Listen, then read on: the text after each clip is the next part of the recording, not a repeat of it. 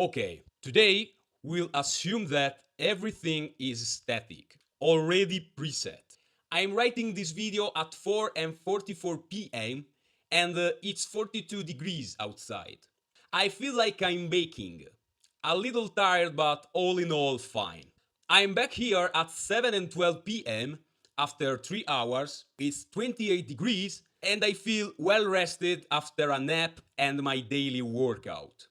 Let's play a game. I'll give you two options and you have to bet on one of them. You can't choose both. In one, absolutely nothing has changed in my organism. My body is the same. I still have one head, two arms, two legs, and so on. In short, the structure I had in my body at 4:44 p.m. is exactly the same as the one at 7:12 p.m. The second possibility is that there has been a change, even a minimal one. I don't know. Let's talk about an oxygen molecule that, having passed through my body, has changed even minimally, and as a result, has changed my composition, even for a second. In essence, the me at 7:12 p.m. is different for the me at 4:44 p.m. I have changed, just even for an atom. Now, if you were to win the bet, what would your choice be? Let me know in the comments and let's see who wins. Hi guys, today we are going to talk about my failures. It will be funny. More broadly, I want to talk about how things change, even when everything seems black. And I want to repeat it again so that it sticks in your mind. Things gonna change. Things gonna change, guys. In fact, things are constantly changing. There's nothing we can do about it. And you know what? That's the greatest fortune we have. I decided to make this video for all those who are going through a no period. Periods of transition. They happen to everyone. Even to those who, from the outside, seem indestructible. It's inevitable. I'm not saying that we are all failures. Rather, I mean that we can all fail. And more importantly, failing doesn't mean you are a failure. Let's start with an experience from my childhood. When I was 7 or 8 years old, I was bullied by my classmates. Partly because I was shorter and I couldn't defend myself. Partly because I had a lisp, which you can still hear today. And partly because I studied instead of playing.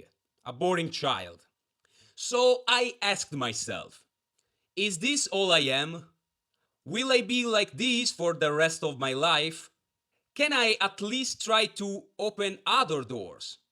Over the years, I learned to accept these conditions and improved where I could. I smoothed out my weaknesses and create strengths, which I continue to develop today. My willpower proved that I was right. Does this mean that when you grow up, jerks disappear? Well, obviously no. However, painful experiences teach us not to run away. And when you fight and don't run away, you change things. But now, let's get back to the present. Most of my friends and acquaintances are under the age of 30s. Now, it's 2025. Can you tell me the average lifespan of a human being? Perhaps in the Middle Ages, it was considered good fortune to reach 40. But now, with all the discoveries in the medical field, a better standard of living, and a greater knowledge of ourselves, we can easily reach 80s. And, believe it or not, this number is set to grow over the next half century. Many of us could reach triple digits on our birthday cake if we only keep fit and take care of our minds and bodies. However, talking about numbers is boring. The point is that we are still in the early stage of our journey. But apparently, this cannot be said so light-heartedly. Many of my peers are married, and some already have children. And I find myself having had few serious relationships, which lasted a year at most. I was young, and when you are young, if you are not lucky or already have very clear ideas, you make mistakes. It's normal. We all make mistakes. But life never leaves us with just one path, only at the end. But along the way, we always have the chance to turn, to change direction. I don't know what you are going through right now. Maybe your girlfriend dumped you. Maybe your parents got divorced. Or you can't pay your bills. Maybe you have an addiction from you can't break free. Or maybe you have simply lost your spark. You no longer feel anything towards yourself or the world. I'm here to tell you to get through this period. Because things will change. But it's up to you to decide it. Unfortunately, I have to give you some bad news. We can save anyone. And no one can save us. We are the only saviors of ourselves. Let's take responsibility. Take a deep breath. And start again. Even from scratch. From the zero if necessary. Let me give you another example from my entertaining life. Some times ago, I became a small local artist.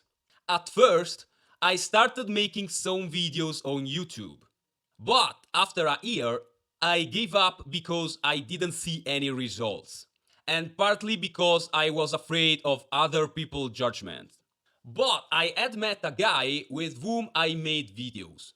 Just think, a few months after I closed my channel, this person exploded on YouTube. To be clear, millions of subs and a TV contract. I was really frustrated. You have no idea how much. Well, more than 10 years later, here I am, making videos while I run. On YouTube, with a few views. We are used to thinking about the various what ifs in our lives. Everything that is part of our what ifs make us waste a lot of time.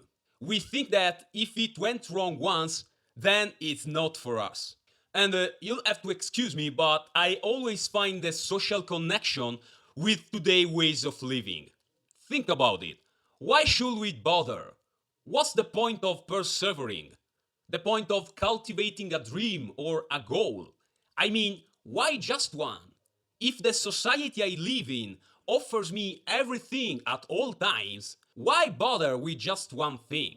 Don't get me wrong, I believe that our lives are better when they are richer and more diverse. But be careful. This does not mean jumping from one idea to another, lulling ourselves with the excuse that everything is difficult right now. We lack consistency and determination. Why? Because we have everything at our fingertips. I can give you the example of when I moved from the biology to the communications department. The I could have and what if I were now don't matter. What matters is that at that moment I made a personal choice. I took responsibility for my actions. And since I could get a scholarship that year, I started working.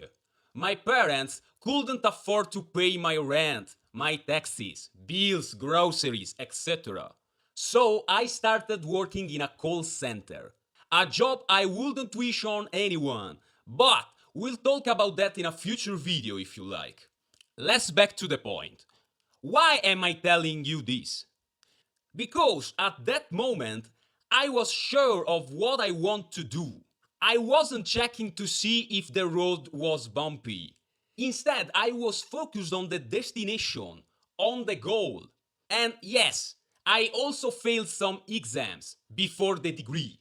Those are the moments when anyone thinks, why did I do this? I'm giving up now. I thought that too.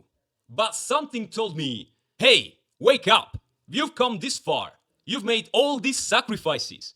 And now you want to throw in the towel? What value are you placing on your time and energy?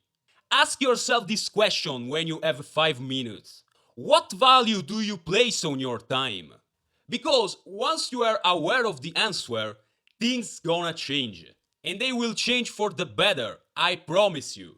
We are all here right now for a reason. I mean, we decided it. We cannot control everything, sure, but we always have two choices. It's like when you realize you are addicted to alcohol or video games.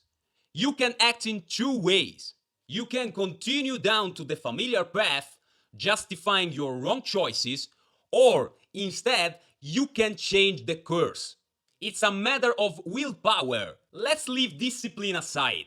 Discipline is a quality that is acquired over time. We can just come along, we four random idiots in a podcast, and tell young people, you need discipline. What is that? Fascism? We have to learn willpower. We have to learn to choose from ourselves, knowing that in some cases, no one will come to our rescue. We are on our own. Let's be real now. Do you feel stuck? Do you want to start over and you even have a goal, but your comfort zone won't let you? What do you want me to say? Do it! Are you afraid it will go wrong? Don't worry about it. Put all your effort into it. Work under 10% for the sake of surpassing yourself. And if it goes wrong, so be it. Try again. Life doesn't end in a failure. All these standards of super perfection lead us to have to organize form before content. And that is like eating a lot of cakes with 99% cream and 1% polystyrene inside. Stomach ache, guys. Where is the content? We are afraid of failing. That's the truth. When, on the other hand, staying still is the biggest failure. If you don't believe me, watch Nick Vujicic's videos. He teaches you the true willpower. And yes, there are things we cannot change. So I say, let's focus on what we can shape. When a glass breaks, it's difficult to put it back together. So, it's something I can control. But what do I do? Do I get angry, risking breaking another one? Do I feel depressed about it? Or could I think about what happened? Can I clean it up? Can I learn from what I've seen and experienced? Let's be clear, we always want to hide our fears. We want to fill the void with moments of temporary satisfaction. We put aside everything that, if we only faced it, could make us better. We want to clean by sweeping the dust under the rug. Nietzsche teaches us that we are not born perfect. Instead, he talks about how we evolve day by day through our willpower. First camels, then lions, and finally children. Yes, you can decide to stop, of course. But how? And again, why? We cannot stop change, but we can decide its direction. For example, this is not the first time I've tried to get back in shape. My video about quit video games, which you can find in the tabs, is the latest in a series of failed attempts. So, what has changed? In this regard, I recommend to watch a movie called As Good as It Gets with Jack Nicholson. Don't worry about the plot, just watch it, and then you'll understand what I mean. Often, a single action, a single word, or even a single thought is enough. The fact is that we, as human beings, tend to focus on what we don't have, never on what we have achieved and our efforts. Knowledge itself becomes a reward. There are monks who manage to live without anything, some of them even without eating. Now, I don't expect this level of self-denial even from myself. But think about it. How do they do it? Do we buy things we really need? Or are we under the influence of advertising? And so, how much of what we believe to be impossible and unchangeable is actually immutable? All this to say that if you are going through a bad times, remember, things gonna change. Hang in there. Making mistakes is no excuse to stop. Quite the contrary. Science, Even nature itself made a lot of mistakes before creating something as structured as our planet. And we really think we can do better than nature? We think we have perfection in our hands? That's why I'm telling you, don't despair, but keep trying. Things gonna change. That said, I hope these words have been of comfort to someone. As usual, if you enjoyed this monologue, I ask you for a like, a share, a comment with your dogs. No matter. Once again, I wish you all the best. Bye.